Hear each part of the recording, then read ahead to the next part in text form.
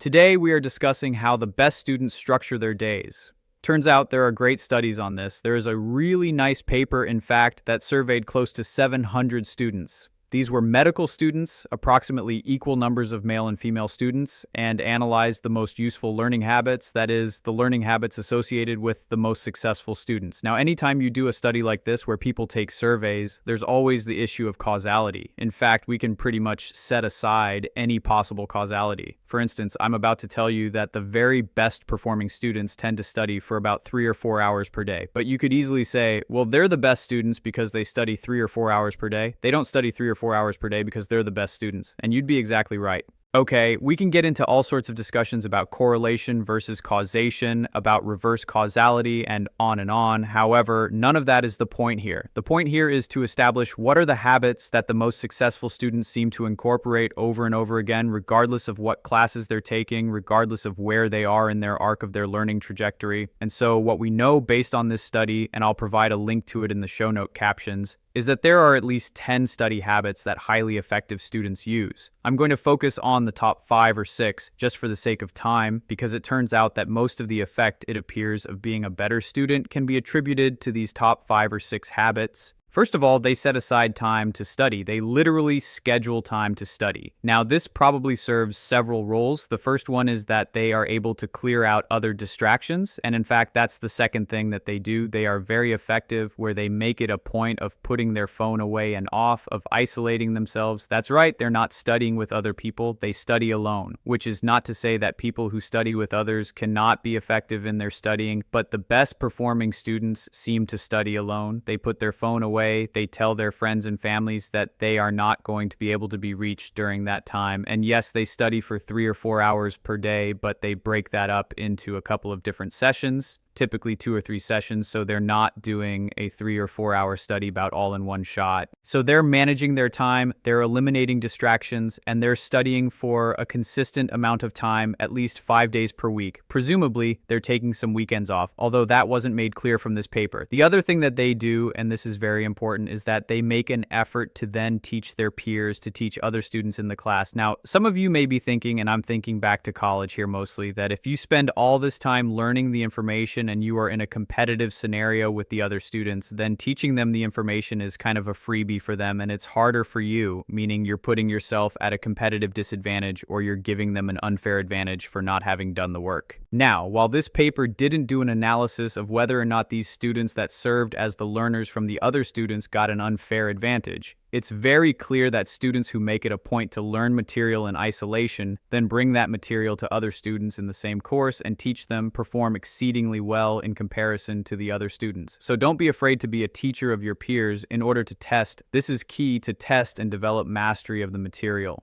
Now, in my laboratory for years, we used to have a saying, which I simply picked up from the laboratories I was trained in.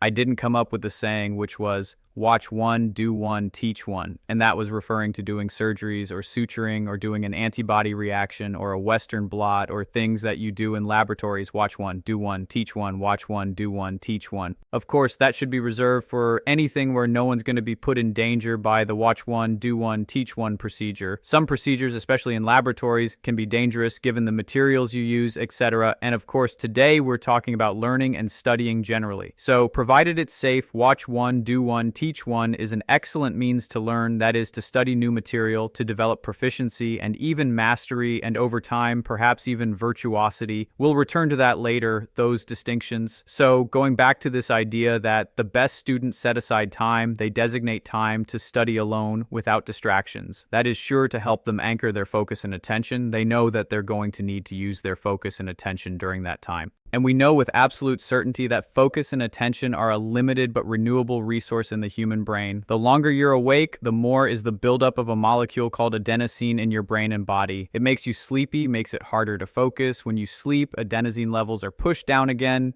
You're able to focus again, you feel more alert, you can think of adenosine as limiting your attentional budget, which is not to say that some people don't study best in the afternoon or in the evening or even late at night. I recall times during university when I'd study between the hours of 10 p.m. and 2 a.m. I don't do that any longer. But scheduling time where you know you're going to need to be focused and attending is perhaps one of the most important things toward being able to focus and attend to the material. Now, if you're taking courses, you probably are going to be a slave to the timing of the courses. You aren't going to be able to tell the instructor, okay, listen, I want you to do this course at 3 p.m. because that's when I learn best, or 8 a.m. because that's when I happen to be able to attend best. However, to the extent that you have any control over the time in which you're going to study, keeping that at a regular time or times, perhaps 1 block early in the day, 1 block later in the day, perhaps 2 blocks early in the day, and so on, is going to be beneficial. It turns out that's also supported by the research literature, that the brain, just like with its sleep-wake cycles, can entrain to a regular schedule. That is, your brain and body get used to being active and inactive at particular times based on your exposure to sunlight, your exposure to activities, your social rhythms, etc. If you regularly, meaning for the course of about 3 days, make it a point to focus and study at particular times, again, pulling your attention back, it's not an automatic process, but pulling your attention back to a specific location, perhaps on a page, or to what you're listening to in a lecture, your body and brain will start to entrain to that rhythm such that you will be able to focus and attend better simply by virtue of the regularity of the timing of the exposure to the material. Okay, so you probably need about 2 or 3 days to break into a regular schedule of focusing, attending, and studying at a given time or times. Allow yourself that transition period, but then make it a point to schedule those times to study. Set aside your phone, tell people you're going offline, turn off the Wi-Fi if you need to or have to. You may need it for your studying, I don't know, it depends on what you're studying, but limit distractions at all costs and learn to just focus on the material. And this is a skill. This is the most important thing to understand. It's a skill to be able to focus and study, and it's a skill that you can learn very quickly, especially if you schedule it for regular times and give yourself 2 or 3 days in which to adapt to those schedules and times. Then try and stick to them as regularly as possible, perhaps even on the weekends if you're approaching the end of the quarter or semester. Even if you're not in a quarter or semester, keeping those regular times will entrain your nervous system to study and learn at its best at those particular times. There's one other point that I wanted to pass along from this really nice study on the study habits of highly effective medical students that I've been referring to, and that is when one examined or these people were asked about their motivation for studying, the best performing students had an interesting answer. They had a very long-term understanding of, or belief rather, about how their success in medical school would impact their family, how it would impact their life arc, how it would change them, and they weren't particular about the ways in which it would change them or their family. In fact, it was a rather broad, abstract, aspirational way of thinking about their study efforts. So,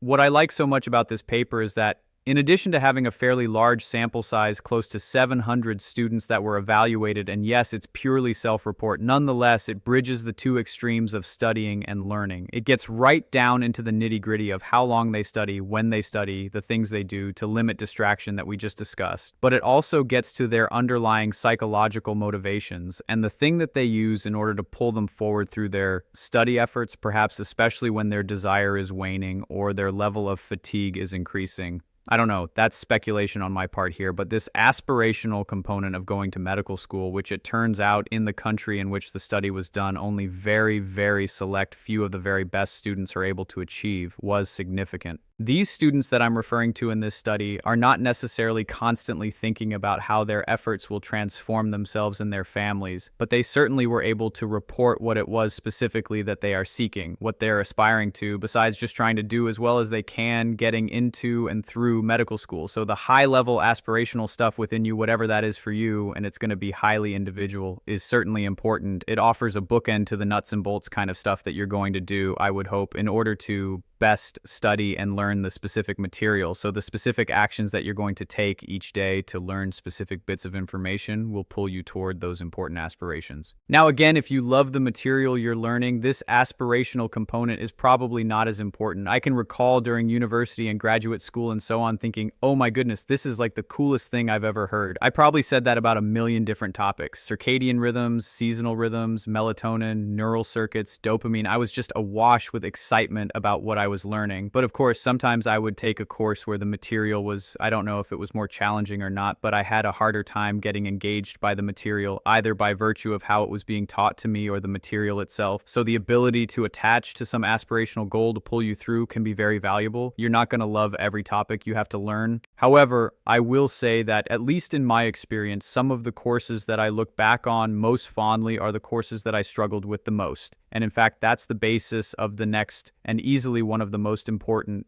studying tools. A key theme in all of the excellent literature, that is, the peer-reviewed research on how best to study, is that studying that feels challenging is the most effective. I know nobody wants to hear this. Everyone wants to hear about flow. Everybody wants to hear about information just sinking into their brain by osmosis. I think it was a Garfield cartoon where he talked about learning by osmosis. There's this very cute real-world video of a kid in a classroom, I believe in China, where he's taking the book and putting it on his head, maybe trying to wash it into his brain. It's a super cute clip. But guess what? That doesn't work. I mean, it works to put the book on your head. It doesn't work to get the information into your brain.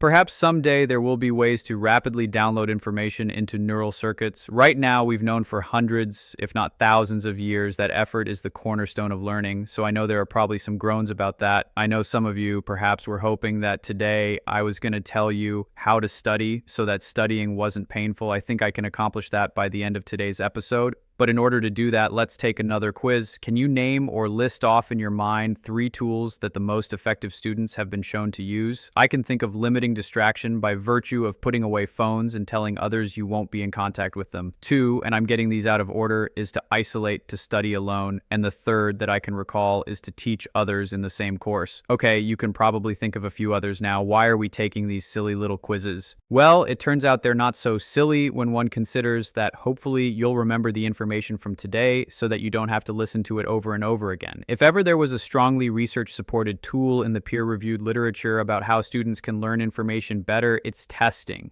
And I know we think of tests as a way to evaluate our knowledge, but it turns out that testing is one of the best ways to build our knowledge, to retain our knowledge, and again, to offset forgetting my new rhyme music.